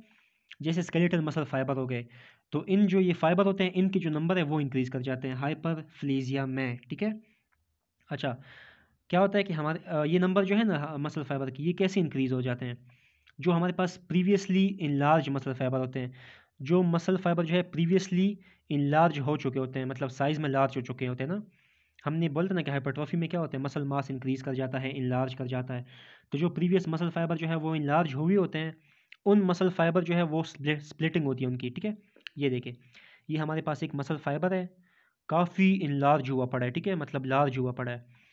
तो इसकी स्प्लिटिंग होगी इनटू 2 फाइबर्स, ठीक है, इस तरह से। फिर आगे 4 फाइबर्स में, फिर आगे 8 में, मतलब मसल फाइबर की जो है स्प्लिटिंग होती जाती है हाइपरप्लेजिया में। तो increase in number of muscle fibre. Clear? कोई भी मुश्किल बात नहीं, बहुत ही सिंपल, बहुत ही आसान, ठीक है मसल डिनर्वेशन। मसल डिनर्वेशन में क्या होता है? डिनर्वेशन का मतलब ये है ना, डीनर्वेशन, नर्व जो है उसकी सप्लाई जब ख़त्म हो जाए, नर्व की सप्लाई ख़त्म हो जाएगी तो इसका मतलब है डीनर्वेशन, ठीक है। अच्छा, मसल डिनर्वेशन में क्या होता है कि जो मसल है, मसल वो अपनी नर्व सप्लाई लूज़ कर जाता है। मैंने आपको अभी बताया डिनर्वेशन में क्या होता है, जब नर्व जो है, नर्व सप्लाई वो ख़त्म हो जाती है। तो जब मसल जो है उसको नर्व सप्लाई जो है वो ख़त्म हो जाएगी, जब मसल लूज़ करेगा नर्व सप्लाई को, तो क्या होगा? नो लॉन्गर सिग्नल रिसीव, ठीक है, सिग्नल जो है वो रिसीव नहीं होंगे, ठीक है। तो जब सिग्नल्स जो है वो रिसीव नहीं होंगे तो हमारे पास जो नॉर्मल मसल साइज़ है वो मेंटेन नहीं रहेगा। इसका मतलब ये है दोस्तों, जब मसल जो है वो अपनी नर्व सप्लाई लूज़ करे तो नर्व के ज़रिए जो है जो सिग्नल्स आ रहे थे वो भी लूज़ हो जाएंगे, ठीक है, सिग्नल भी नहीं आएंगे। जब सिग्नल भी नहीं आएंगे तो जो मसल है, मसल मसल का जो साइज़ है वो मेंटेन नहीं रहेगा, मसल का जो साइज़ है वो ख़राब हो जाएगा, ठीक है, चेंज हो जाएगा मसल का साइज़। अच्छा, मसल डिनर्वेशन की वजह से क्या होती है हमारे पास? रैपिड एट्रोफी होती है। अच्छा, समझ गए ना, रैपिड एट्रोफी होती है मसल डिनर्वेशन की वजह से, क्योंकि जब सिग्नल नहीं आएंगे मसल को तो मसल जो है वो डिक्रीज़ होता जाएगा, मसल का जो मास है वो कम होता जाएगा, और मसल का जब मास डिक्रीज़ हो इसको हम कहते हैं एट्रोफी। तो जब नर्व सप्लाई ही नहीं हो रही ना मसल को, तो फिर एट्रोफी जो है वो रैपिड होगी, फास्ट एट्रोफी होगी, ठीक है, रैपिडली। अच्छा, फिर क्या होता है? In final stage muscle fibres are replace by fibres and fatty tissue. कह रहे हैं कि जब मसल डिनरेशन का जो फाइनल स्टेज होता है उसमें जो नॉर्मल मसल फाइबर जो होते हैं उनकी जगह फाइबरस और फैटी टिश्यू जो है वो आ जाते हैं, उसको रिप्लेस कर देते हैं, ठीक है, नॉर्मल मसल फाइबर को लास्ट स्टेज में। अच्छा, इसके बाद नेक्स्ट है the remain muscle fibre compose of long cell membrane with a line of muscle cell nuclei, ठीक है, लिटल और नो कंट्रेक्टाइल प्रॉपर्टी। कह रहे हैं कि यहाँ पे हमने बात की ना कि नॉर्मल मसल फाइबर को जो है फाइबरस टिश्यू, फैटी टिश्यू जो है वो रिप्लेस कर जाएंगे, लेकिन जिन जो मसल फाइबर जो है वो बाकी रह जाए इनसे ना, फाइबरस फैटी टिश्यू की, मतलब फाइबरस और फैटी, यहाँ पे हमने बोला था ना कि नॉर्मल मसल फाइबर जो है वो क्या होते हैं, रिप्लेस हो जाते हैं by fibrous and fatty tissue. लेकिन जो मसल फाइबर जो है बच जाते हैं ना, जिन मसल फाइबर को फाइबरस और फैटी टिश्यू रिप्लेस न कर पाए, जो मसल फाइबर बच जाए, रिमेन हो जाए, वो जो रिमेनिंग मसल फाइबर है उनका जो सेल मेम्ब्रेन है वो लॉन्ग होता है, ठीक है, और उसमें मसल सेल न्यूक्लियाई का एक लाइनअप बना होता है, ठीक है। और ये जो रिमेनिंग मसल फाइबर है इसमें या तो कंट्रेक्टाइल प्रॉपर्टी होगी ही नहीं, या अगर होगी भी तो थोड़ी सी कंट्रेक्टाइल प्रॉपर्टी होगी, थोड़े से वो कंट्रैक्ट करेंगे रिमेनिंग मसल्स, ठीक है। तो ये इसमें 1 2 3 4 बातें थी मसल डिनर्वेशन में, ठीक है। मसल जो है नर्व नर्व सप्लाई को लूज़ करेगा, यानी डिनर्वेशन होगी। अच्छा, इजी है, कुछ भी मुश्किल नहीं है, आपको समझ आ रही होगी, ठीक है। इसको रिवाइज करने की ज़रूरत तो खैर नहीं है। तो अब इसके बाद नेक्स्ट है मसल डिनरेशन के अंदर ही एक टॉपिक है कंट्रेक्चर, ये मसल डिनरेशन के अंदर ही ये टॉपिक आता है, ठीक है। इसमें क्या होता है, fibrous tissue that replace muscle fibres, हमने अभी बात की, मसल फाइबर को फाइबरस टिश्यू रिप्लेस करेगा। ये फाइबरस टिश्यू जो है they also has tendency to continue shortening for many months. ये जो फाइबरस टिश्यू है ना, इनकी भी टेंडेंसी होती है, ये भी मतलब कंटिन्यूसली जो है शॉर्ट होते रहते हैं मैनी मंथ्स के लिए, ठीक है। तो ये जो फाइबरस टिश्यू है ये भी शॉर्ट होते रहते हैं कंटिन्यूसली मैनी मंथ्स के लिए, इसको बोलते हैं कंट्रेक्चर। क्लियर। अच्छा, अब हमारे पास नेक्स्ट टॉपिक है मोटर यूनिट, ठीक है। मोटर यूनिट क्या होता है ये मैं आपको बताता हूँ। हमारे पास यहाँ पे आपको नज़र आ रहा होगा स्पाइनल कॉर्ड है, ठीक है, ये स्पाइनल कॉर्ड, स्पाइनल कॉर्ड के एंटीरियर हॉर्न सेल जो है, ये एंटीरियर हॉर्न सेल से मोटर न्यूरॉन्स निकलते हैं। ये एक मोटर न्यूरॉन निकला है, ये बीच में दूसरा, और ये तीसरा मोटर न्यूरॉन, ठीक है। अल्फा मोटर न्यूरॉन्स निकलते हैं anterior horn cell of spinal cord, ठीक है। क्लियर हो गया। अच्छा, अब ये जो पहला मोटर न्यूरॉन है ये यहाँ पे आया है मसल फाइबर में, ठीक है। ये जो आपको स्ट्रक्चर नज़र आ रहा है ये मसल फाइबर है, ठीक है, ये वाला मसल फाइबर के अंदर जो पहला जो मोटर न्यूरॉन आया है, इसने कितने मसल फाइबर को जो है सप्लाई किया है, एक मसल फाइबर, दूसरा मसल फाइबर, तीसरा मसल फाइबर, तीन मसल फाइबर को एक मोटर न्यूरॉन ने सप्लाई किया है, ठीक है। तो ये जो है हमारे पास ये वाला फर्स्ट मोटर न्यूरॉन है, ठीक है, यहाँ पे मैं 1 लिख लेता हूँ, फर्स्ट मोटर न्यूरॉन। अच्छा, ठीक है। इसी तरह से हमारे पास ये जो बीच वाला जो सेकंड मोटर न्यूरॉन जो है, इसने कितने मसल फाइबर को सप्लाई किया है, एक दो, दो मसल फाइबर को जो है इसने सप्लाई किया है। ये हमारे पास दूसरा मोटर न्यूरॉन है। इसी तरह से ये जो मोटर न्यूरॉन है इसने भी दो मसल फाइबर को सप्लाई की है, हमारे पास तीसरा मोटर न्यूरॉन है, ठीक है। तो इस तरह से जो है स्पाइनल कॉर्ड से एंटीरियर हॉर्न सेल से मोटर न्यूरॉन्स निकलते हैं, और ये जो मोटर न्यूरॉन्स है ये मसल फाइबर को इनरवेट करते हैं। इनरवेट का मतलब नर्व सप्लाई प्रोवाइड करते हैं, ठीक है। जैसे इसने तीन मसल फाइबर को इनरवेट किया है, इसने दो को किया है, ठीक है। क्लियर हो गया, इसको इनरवेशन बोलते हैं। पीछे हमने एक टॉपिक पढ़ा था मसल डीनर्वेशन का, ठीक है। उसमें क्या था कि नर्व सप्लाई जो था वो लूज़ हो रहा था ना, नर्व सप्लाई डीनर्वेशन में, जबकि ये क्या है, ये इनरवेशन है, इसमें नर्व सप्लाई जो है वो प्रोवाइड होगी टू द मसल फाइबर, ठीक है। अच्छा, तो ये मतलब डायग्राम से आपको मैं बेसिक कंसेप्ट समझाना चाहता था कि मोटर न्यूरॉन कहाँ से निकलते हैं और किसको सप्लाई करते हैं, ठीक है। यहाँ तक तो आप समझ गए होगे। अच्छा, अब डिफिनीशन को देखते हैं। All motor neurons along with supplying muscle fiber is called motor unit। Motor unit क्या होता है, ये ऑल मोटर न्यूरॉन जो निकल रहे हैं सारे, all motor neuron along with का मतलब साथ, साथ उसके जो मसल फाइबर है, सप्लाइंग मसल फाइबर जिनको ये सप्लाई कर रहे हैं, तो all motor neuron along with its supplying muscle fiber is called motor unit, ठीक है, इसको मोटर यूनिट बोलते हैं। Motor neuron plus muscle fibre दोनों को क्या कहते हैं, कंबाइन मोटर यूनिट, ठीक है। क्लियर हो गया। अच्छा, अब क्या होता है, आपको पता है हमारे पास जो मसल फाइबर होते हैं ना, वो हमारे पास दो टाइप्स के हैं, हमने पढ़ा भी है पिछले प्रीवियसली। अच्छा, अब आपको पता है हमारे पास मसल फाइबर दो टाइप्स के होते हैं, हमने पढ़ा भी है। एक था हमारे पास स्लो, जो कि रेड टाइप 1 मसल फाइबर था, उसमें इसको हम लोग ऑक्सीडेटिव बोलते हैं, क्योंकि इसमें क्या था, माइग्लोबिन प्रेजेंट था, माइग्लोबिन ऑक्सीजन स्टोर करता है, ठीक है। अच्छा, तो हमारे पास एक slow oxidative Twitch motor unit है टाइप 1, दूसरा हमारे पास फास्ट था, तो fast glycolytic motor unit type 2, ठीक है। ये वही दो मसल फाइबर की बात रिपीट हुई है। अच्छा, अब क्या होता है हमारे पास, ये जो मोटर यूनिट है ये हमारे पास ऑल और नन लॉ को फॉलो करते हैं। ऑल और नन लॉ क्या कहता है, ये कहता है कि every motor unit has threshold for firing to cause action to cause contraction, ठीक है। कह रहे हैं कि हर मोटर यूनिट का अपना एक थ्रेशोल्ड होता है, जब वो थ्रेशोल्ड अचीव हो जाए तो तभी जो मोटर यूनिट है वो फायर करेगा, ठीक है, नर्व सप्लाई जो है वो देगा मसल फाइबर को, ताकि मसल फाइबर जो है वो कंट्रैक्ट हो, ठीक है। अब यहाँ पे जैसे हमारे पास ये पहला जो जो मोटर यूनिट है, ठीक है, फर्स्ट मोटर यूनिट, इसका थ्रेशोल्ड है 20 मिली वोल्ट, ठीक है। जब हमारे पास 20 millivolt threshold potential achieve होगा तो तभी हमारे पास ये जो फर्स्ट जो मोटर न्यूरॉन है ये जो है फायर करेगा और मसल फाइबर को जो है नर्व सप्लाई प्रोवाइड करेगा ताकि ये जो मसल फाइबर है ये कंट्रैक्ट हो, ठीक है। इसी तरह से सेकंड मोटर यूनिट जो है उसका 40 मिलीवोल्ट थ्रेशोल्ड पोटेंशियल है और थर्ड जो मोटर यूनिट है उसका 60 मिलीवोल्ट थ्रेशोल्ड पोटेंशियल है। तो हर मोटर यूनिट जो है वो अपने थ्रेशोल्ड पोटेंशियल अचीव होने पे फायर करता है। जब तक थ्रेशोल्ड पोटेंशियल अचीव नहीं होगा तब तक जो है ये मोटर यूनिट जो है ये फायर नहीं करेगा और मसल कंट्रैक्शन नहीं होगी। क्लियर हो गया? तो ये हमारे पास ऑल और नन लॉ। अच्छा, इसके बाद तीसरा पॉइंट है स्लो मसल ट्विच रिकॉर्डिंग, ठीक है।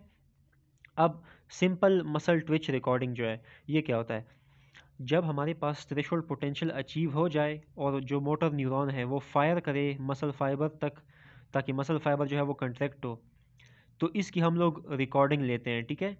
तो ये जो हम रिकॉर्डिंग लेते हैं मसल फाइबर्स की, ठीक है, कंट्रैक्शन की, तो इसको कहते हैं सिंपल मसल ट्विच। क्लियर हो गया? अच्छा, अब यहाँ पे हमारे पास डायग्राम है, इससे हम कुछ बातें समझेंगे। या इस साइड पे हमारे पास है force of contraction Y axis पे और नीचे हमारे पास टाइम है एक्स एक्सिस पे, ठीक है। अब जब स्टिमुलस आता है ना, जब मतलब जो थ्रेशोल्ड पोटेंशियल जो है वो जब अचीव हो, ठीक है, तो तब हमारे पास जो मोटर न्यूरॉन है वो फायर करते हैं और मसल फाइबर कंट्रैक्ट होते हैं, ठीक है। अब जब स्टिमुलस आता है तो डायरेक्ट कंट्रैक्शन स्टार्ट नहीं होती। यहाँ पे आप देखें ना, कंट्रैक्शन जो है वो थोड़ी देर बाद स्टार्ट हुई है। जहाँ से ये लाइन ऊपर की तरफ स्टार्ट हुई है ना, ऊपर जा रही है, इस जगह से कंट्रैक्शन जो है वो स्टार्ट हो रही है, ठीक है। तो डायरेक्ट कंट्रैक्शन स्टार्ट नहीं होती जब स्टिमुलस आता है हमारे पास। तो इस जगह से लेकर इस जगह तक ये जो एरिया है जहाँ पे कंट्रैक्शन नहीं हो रही, ठीक है, स्टिमुलस आने के बाद ये जो एरिया है, इस एरिया को बोलते हैं लेटेंट पीरियड, जिसमें कंट्रैक्शन नहीं होती। ये जो लेटेंट पीरियड होता है ये हमारे पास 10 मिली सेकेंड तक होता है, ठीक है। 10 मिली सेकेंड तक ये होता है। अच्छा, उसके बाद कंट्रैक्शन जो है वो स्टार्ट हो जाती है 40 मिली सेकेंड पे, यानी कि हमारे पास जो थ्रेशोल्ड पोटेंशियल है मोटर यूनिट का वो हमारे पास 40 मिली मतलब सॉरी थ्रेशोल्ड पोटेंशियल नहीं, 40 मिली सेकेंड टाइम है। 40 मिली सेकेंड तक जो है ये मसल जो है मसल फाइबर ये कंट्रैक्ट करेगा, उसके बाद 50 मिली सेकेंड तक जो है ये रिलैक्स करेगा मसल फाइबर, ठीक है, स्टिमुलस आने के बाद। क्लियर हो गया? अच्छा, यहाँ से लेकर यहाँ तक हमारे पास टोटल जो टाइम होता है ना, टोटल एवरेज जो टाइम होता है यहाँ से लेकर स्टिमुलस आने से लेकर रिलैक्सेशन तक, ये हमारे पास 100 मिली सेकेंड होता है एवरेज टाइम, ठीक है। क्लियर हो गया? तो ये बेसिक से बात ही थी ग्राफ के बारे में कि स्टिमुलस आएगा तो डायरेक्ट कंट्रैक्शन नहीं होगी, उसको लेटेंट पीरियड बोलते हैं। लेटेंट पीरियड के बाद हमारे पास कंट्रैक्शन स्टार्ट हो जाती है। कंट्रैक्शन जो है वो 40 मिली सेकेंड्स तक होती है। उसके बाद रिलैक्सेशन स्टार्ट हो जाती है। रिलैक्सेशन जो है वो 50 मिली सेकेंड्स तक जो है होती है हमारे पास, ठीक है। अच्छा, तो ये हमारे पास ग्राफ था मोटर यूनिट का, कंट्रैक्शन का, लेटेंट पीरियड का, ठीक है, टाइम का हमें पता चला इससे। अच्छा, इसके बाद चौथा पॉइंट है हमारे पास इंक्रीजिंग स्ट्रेंथ ऑफ स्टिमुलस। जितना हम स्टिमुलस की स्ट्रेंथ को इंक्रीज करेंगे, स्ट्रॉन्ग स्टिमुलस आएगा हमारे पास, तो हमारे पास क्या होगा, फोर्स ऑफ कंट्रैक्शन इंक्रीज होगी due to more motor units. जब हम स्टिमुलस की स्ट्रेंथ इंक्रीज करेंगे तो क्या होगा, हमारे पास more and more and more motor unit जो है वो फायर करेंगे। जब ज़्यादा मोटर यूनिट्स फायर करेंगे तो क्या होगा, हमारे पास फोर्स ऑफ कंट्रैक्शन भी इंक्रीज हो जाएगी, ठीक है। क्लियर हो गया? अच्छा, ये थे हमारे पास 4 पॉइंट्स मोटर यूनिट के टॉपिक में, और इसकी डिफिनीशन हमें पता चल गई, डायग्राम हमें पता चल गया कि कहाँ से मोटर न्यूरॉन जो है वो निकलते हैं, कैसे फायर करते हैं, मसल फाइबर के टाइप्स का हमें पता चला, स्लो और फास्ट, ग्लाइकोलाइटिक, ठीक है, ये हमें ग्राफ का हमें पता चल गया, ऑल और नन लॉ का हमें पता चल गया, मसल ट्विच का पता चल गया कि इसमें हम लोग जो मसल फाइबर जो कंट्रैक्ट होते हैं उनकी हम रिकॉर्डिंग मतलब चेक करते हैं, रिकॉर्डिंग लेते हैं, ठीक है। अच्छा, अब इसमें हमारे पास एक होता है साइज प्रिंसिपल, ठीक है, एक होता है हेनेमन प्रिंसिपल, एक होता है इनर्वेशन रेशो, ठीक है। अब साइज प्रिंसिपल में क्या होता है, साइज प्रिंसिपल में ये बात होती है कि अगर हमारे पास स्मॉल साइज़ की जो मोटर यूनिट है अगर वो फायर करते हैं, ठीक है, स्मॉल साइज़ के मोटर यूनिट्स, तो वो जो है मतलब कम जो मसल फाइबर्स हैं उनको कंट्रैक्ट कराएंगे। अगर लार्ज साइज़ के मोटर यूनिट जो है वो मतलब फायर करेंगे तो हमारे पास जो लार्ज मसल फाइबर है, ये वाले जो फास्ट मसल फाइबर है, इनकी जो है कंट्रैक्शन होगी, ठीक है। स्मॉल मोटर यूनिट फायर करेंगे तो स्लो फाइबर मसल फाइबर की कंट्रैक्शन होगी।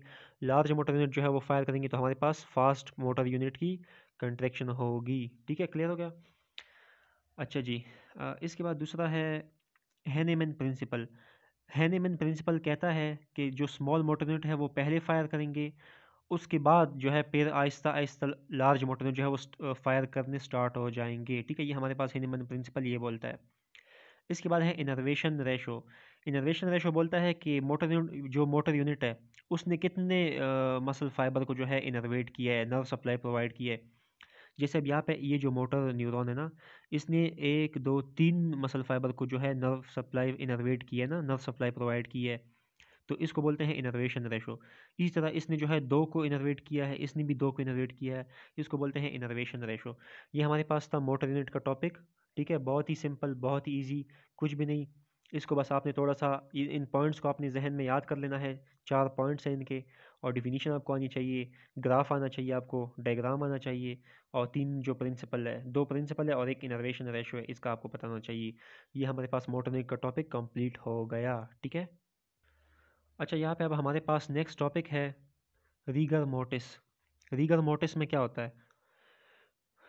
डेथ के कुछ घंटों बाद, several hours after death, death के कुछ घंटों बाद क्या होता है कि जो मसल है, muscle grows into a state of contracture. Muscle जो है वो कंट्रैक्टेड स्टेट में चला जाता है कुछ घंटों बाद। ठीक है, डेथ के, तो डेथ के कुछ घंटों बाद मसल जो है वो कंट्रैक्टेड स्टेट में चला जाता है। ठीक है, उसको बोलते हैं रीगर मोर्टिस। अब ये मसल जो है, मसल ये कंट्रैक्टेड स्टेट में क्यों जाता है डेथ के कुछ घंटों बाद, इसकी रीज़न हम चेक करते हैं। पहली बात तो ये कि मसल जो है वो सख्त हो जाता है, muscle become rigid without ATP. ATP की मतलब यहाँ पे लिखा है ना मैंने, लॉस ऑफ एटीपी, एटीपी की कमी हो जाती है मसल को। ठीक है, मतलब जाहिर सी बात है, जब इंसान की डेथ हो जाती है तो एटीपी की तो लॉस ही होगा ना, एटीपी तो नहीं मिलेगा मसल्स को। अच्छा, तो जब एटीपी की लॉस होगी तो क्या होगा? एटीपी की लॉस की वजह से हमने अभी हमने पिछले टॉपिक्स में बात की थी, अगर आपको याद हो, कि मायोसिन जो हेड है वो एक्टिन से तब तक अलग नहीं होता जब तक उस पर एटीपी बाइंड ना हो मायोसिन हेड के ऊपर। तो जब एटीपी लॉस होगा तो एटीपी वहाँ पे मायोसिन हेड पे बाइंड नहीं करेगा, और जो मायोसिन हेड है वो एक्टिन फिलामेंट के साथ हमेशा के लिए बाइंडेड स्टेट में ही रह जाएगा। ठीक है, जिसको कंट्रैक्शन बोलते हैं। तो मतलब कंट्रैक्टेड स्टेट में ही जो है मसल जो है वो रह जाएगा हमारा, क्या कहते हैं, जो मायोसिन हेड है वो अलग नहीं होगा एक्टिन से, और मसल जो है वो कंट्रैक्टेड स्टेट में ही रह जाएगा हमेशा के लिए। ठीक है। अच्छा, जब एटीपी लॉस होता है तो यहाँ पे मैंने वही बात लिखी है, देखो, cross bridge can not separate from actin due to loss of ATP. Simple वही बात है, बहुत ही इजी। रीगर मोर्टिस जो है बहुत ही इजी टॉपिक है, कुछ भी मुश्किल नहीं है। बस क्या होता है कि एटीपी की लॉस हो जाती है, और जो क्रॉस ब्रिज है मायोसिन का ना, वो अलग नहीं हो पाता एक्टिन से, और कंट्रैक्टेड स्टेट में ही मसल रह जाता है। अच्छा, नेक्स्ट है हमारे पास muscular dystrophy. It includes several inherited disorder. Inherited disorder वो डिसऑर्डर होते हैं जो हम इनहेरिट करते हैं अपने पेरेंट्स से। ठीक है, तो मस्कुलर डिस्ट्रॉफी में हमारे पास इनहेरिटेड डिसऑर्डर्स भी इंक्लूड होते हैं, that cause progressive weakness and degeneration of muscle fibre, जो कि मसल फाइबर की डीजनरेशन करते हैं और मसल फाइबर की वीकनेस करते हैं। ठीक है, मसल फाइबर को कमज़ोर करते हैं और उसकी डीजनरेशन करते हैं। मसल फाइबर जो है वो आहिस्ता आहिस्ता प्रोग्रेसिवली जो है ख़त्म होता जाता है, डिस्ट्रॉय होता जाता है, डीजनरेशन होती जाती है मसल फाइबर की। ठीक है, which are replace by fibrous fatty tissue and collagen. हमने पीछे जो है वो मसल डिनर्वेशन के टॉपिक में अभी पढ़ा भी था। ठीक है, कि जब मसल फाइबर जो है वो मतलब डैमेज हो या ओल्ड हो तो क्या होता है कि फाइब्रस टिश्यू उनको रिप्लेस कर देता है। याद आया वो पीछे हमने मसल डिनर्वेशन टॉपिक में पढ़ा था। मस्कुलर डिस्ट्रॉफी बस यही यही टॉपिक, इस सिंपल, इसमें कुछ भी नहीं, इसमें बस यही बात है। अच्छा, इसके अलावा हमारे पास नेक्स्ट टॉपिक है डुकिन मस्कुलर डिस्ट्रॉफी। ठीक है, पहले मस्कुलर डिस्ट्रॉफी है, इसके अंदर ही फिर डुकिन मस्कुलर डिस्ट्रॉफी का टॉपिक है। ठीक है, it is cause by mutation of a gene. ये कॉज होता है जीन की म्यूटेशन की वजह से। कौन सी जीन में म्यूटेशन होती है? उस जीन में म्यूटेशन होती है जो जीन जो है हमारे पास इनकोड करता है फॉर प्रोटीन डिस्ट्रोफिन, जो कि डिस्ट्रोफिन के लिए इनकोडिंग करता है। वो जीन जो डिस्ट्रोफिन के लिए इनकोडिंग करता है, उस जीन के अंदर म्यूटेशन कॉज हो जाती है। ठीक है, इस म्यूटेशन की वजह से हमारे पास ये जो म्यूटेशन कॉज हुई ना जीन में, जो डिस्ट्रोफिन प्रोटीन के लिए इनकोड कर रहा था, तो इसको हम कहते हैं डुकिन मस्कुलर डिस्ट्रॉफी। ठीक है, ये जो है हमारे पास एक्स लिंक डिसीज़ है, ठीक है। एक्स लिंक डिसीज़ का मतलब ये हुआ कि ये सिर्फ मेल्स को अफेक्ट करता है, ये डुकिन मस्कुलर डिस्ट्रॉफी। इसका नाम बहुत ही मुश्किल है प्रोनाउंस करने में। अच्छा, अब ये जो डिस्ट्रोफिन है, ये प्रोटीन जो है डिस्ट्रोफिन, इसका फंक्शन क्या होता है? ये जो प्रोटीन है ना, ये हमारे मसल सेल्स को डैमेज और इंजरी से महफूज रखता है, ठीक है। मसल सेल को muscle cells are intact, intact का मतलब महफूज, ठीक है। Intact from injury, from injury. ये कौन करता है? ये हमारे पास जो डिस्ट्रोफिन प्रोटीन है, वो वो मसल को जो है इंजरी और डैमेज से प्रोटेक्ट रखता है, ठीक है। जो डिस्ट्रोफिन प्रोटीन है वो मसल्स को प्रोटेक्ट करता है फ्रॉम इंजरी और डैमेज। जब जो जीन जो था ना, जो ये डिस्ट्रोफिन को बना रहा था, जब उस जीन के अंदर म्यूटेशन आ गई, तो जो डिस्ट्रोफिन प्रोटीन का जो फंक्शन है वो ख़राब हो जाएगा। तो ये जो है मसल सेल्स की प्रोटेक्शन नहीं कर पाएगा, ठीक है। और जो मसल सेल्स है वो डैमेज हो जाएंगे, इंजर हो जाएंगे, ठीक है। तो ये डुकिन मस्कुलर डिस्ट्रोफी का कंसेप्ट है। बहुत ही सिंपल है, बहुत ही ईजी है, सिंपल। अच्छा, अब नेक्स्ट टॉपिक है समेशन। समेशन का मतलब होता है दो या दो से ज़्यादा चीज़ों को जमा करना। समेशन में क्या क्या करते हैं हम लोग, कि हम इंडिविजुअल कंट्रैक्शन को जमा करते हैं ताकि हम ओवरऑल मसल कंट्रैक्शन की जो स्ट्रेंथ है, जो इंटेंसिटी है, उसको हम इंक्रीज़ करें, ठीक है। अच्छा, समेशन के दो टाइप्स होते हैं, multiple fibre summation, frequency summation. Multiple fibre summation में क्या होता है? ये जो मल्टीपल फाइबर समेशन का जो टॉपिक है ना, ये हमारे पास मोटर यूनिट से ही रिलेटेड है, जो हमने अभी थोड़ी देर पहले स्टडी किया है, ठीक है, इससे रिलेटेड है। अच्छा, इसकी डिफिनीशन है increasing the number of motor units contracting simultaneously called multiple fibre summation. इसमें जो है मोटर यूनिट की जो तादाद है वो इंक्रीज़ होती जाएगी ना। इसकी एग्जांपल ऐसी है कि जैसे फॉर एग्जांपल दो बंदे हैं ना, फॉर एग्जांपल एक बंदा जो है वो 20 किलोग्राम का साइज़ वज़न जो है वो उठाने चाह रहा है, ठीक है। और दूसरा जो बंदा है वो हमारे पास फॉर एग्जांपल 20 ग्राम उठाना चाह रहा है, ठीक है। यहाँ पे मैं ड्रॉ करता हूँ, आपको समझ आ जाएगा। हमारे पास जो है ये एक बंदा है, ठीक है, और ये दूसरा बंदा है। ये एक बंदा जो है ये 20 केजी उठाने चाह रहा है, और ये दूसरा जो है ये हमारे पास 20 ग्राम उठाना चाह रहा है। अब ये वाला वज़न ज़्यादा है ना, तो इस वज़न को उठाने के लिए ज़्यादा फोर्स ऑफ कंट्रैक्शन जो है वो रिक्वायर होगी। जबकि ये वाला वज़न कम है, तो इस वज़न को उठाने के लिए जो है हम मतलब लेस फोर्स ऑफ कंट्रैक्शन जो है वो रिक्वायर होगी, ठीक है। अब क्या होगा, जब ज़्यादा फोर्स ऑफ कंट्रैक्शन रिक्वायर होगी, तो जो मोटर न्यूरॉन है, यहाँ पे हमने ड्रॉ की थी मोटर न्यूरॉन, ठीक है। ज़्यादा फोर्स ऑफ कंट्रैक्शन रिक्वायर होगी, तो जो लार्जर मोटर न्यूरॉन है वो फायर करेंगे, ठीक है, लार्जर मोटर न्यूरॉन। और हमारे पास जो मसल फाइबर कंट्रैक्ट होंगे उसको larger force of contraction provide करेंगे, जब लार्जर मोटर यूनिट जो है वो फायर करेंगे। क्लियर हो गया?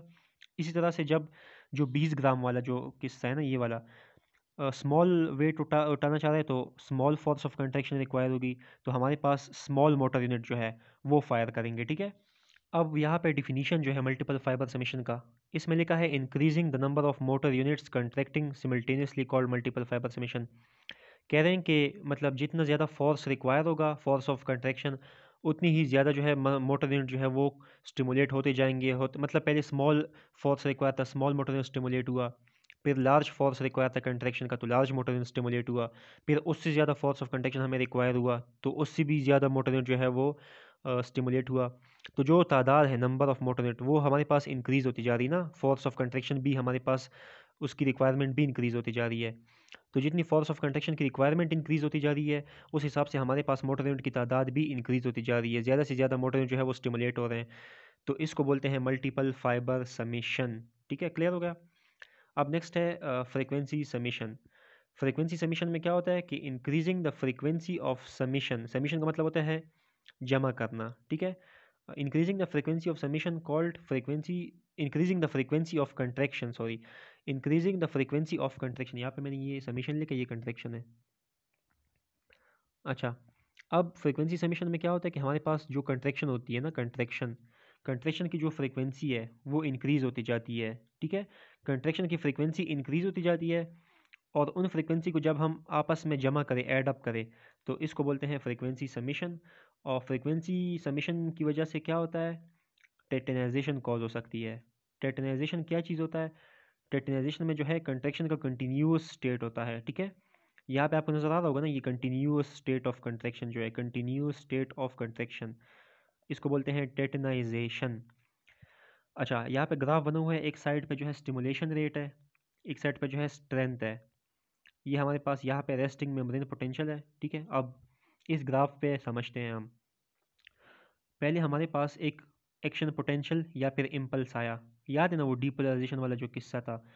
जब एक्शन पोटेंशियल आया, ठीक है, तो हमारे पास जो है मसल फाइबर जो है वो उसने कंट्रैक्ट किया, ठीक है, एक बार। फिर रेस्टिंग स्टेज तक पहुंचने से पहले हमारे पास एक दूसरा स्ट्रॉन्ग स्टिमुलस आया, ठीक है, स्ट्रॉन्ग, जिसने इसको रेस्टिंग मेम्ब्रेन पोटेंशियल तक पहुंचने से रोका, ठीक है।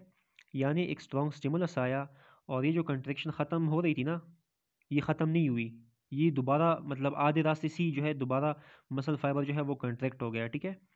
फिर मज़ीद स्ट्रॉन्ग स्टिमुलस आया, उसने इसको मज़ीद जो है मतलब शूट करवाया, फायर करवाया, ताकि दूसरी कंट्रैक्शन हो मसल फाइबर की, ठीक है। मतलब इसको रेस्टिंग स्टेज तक जो है पहुंचते नहीं दे रहा, जो स्ट्रॉन्ग स्टिमुलस आ रहा है, फिर उससे स्ट्रॉन्ग स्टिमुलस आ रहा है, ठीक है।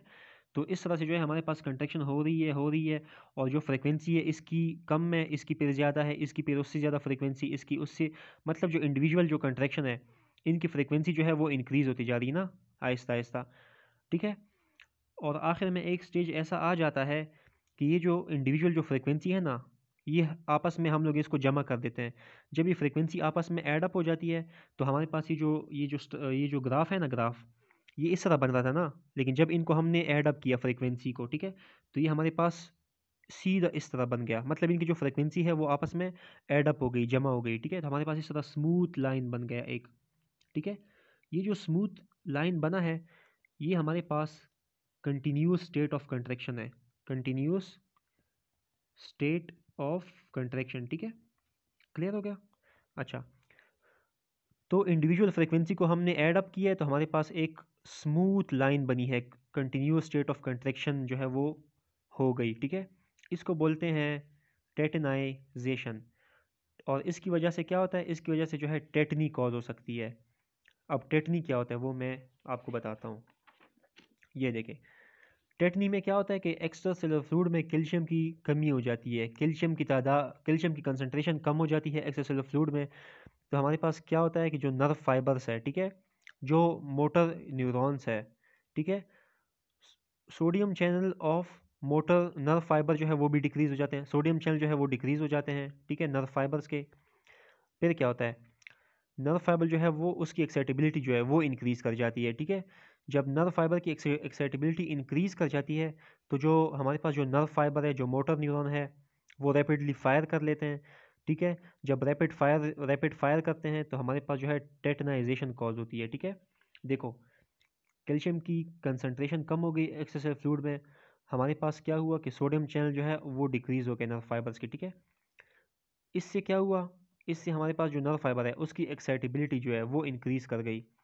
नर्व फाइबर एक्साइटेबिलिटी इंक्रीज़ कर गई, तो नर्व फाइबर जो है उन्होंने रैपिड फायर किया, ठीक है। जब रैपिड फायर किया उन्होंने, तो हमारे पास टेटनाइजेशन जो है वो कॉज हो गई।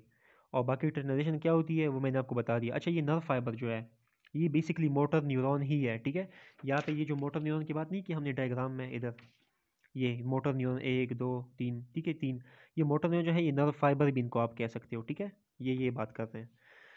अच्छा, मल्टीपल फाइबर समीशन भी हमने पढ़ लिया, ठीक है। और फ्रीक्वेंसी समीशन भी आपको पता चल गया कि फ्रीक्वेंसी इंक्रीज़ होती जाती है, आखिर में ऐड अप होती जाती है, तो हमारे पास एक स्मूथ लाइनिंग बनती है, जिसको हम कंटिन्यूस स्टेट ऑफ कंट्रैक्शन बोलते हैं, इसको टेटनाइजेशन भी बोलते हैं, ठीक है। अच्छा जी, क्लियर हो गया। इसके बाद नेक्स्ट कौन सा टॉपिक है? अच्छा, ये है, हाँ, staircase effect. Staircase effect को टैपे भी बोलते हैं, ठीक है, टैपे। अच्छा, स्टेयर केस इफेक्ट क्या होता है?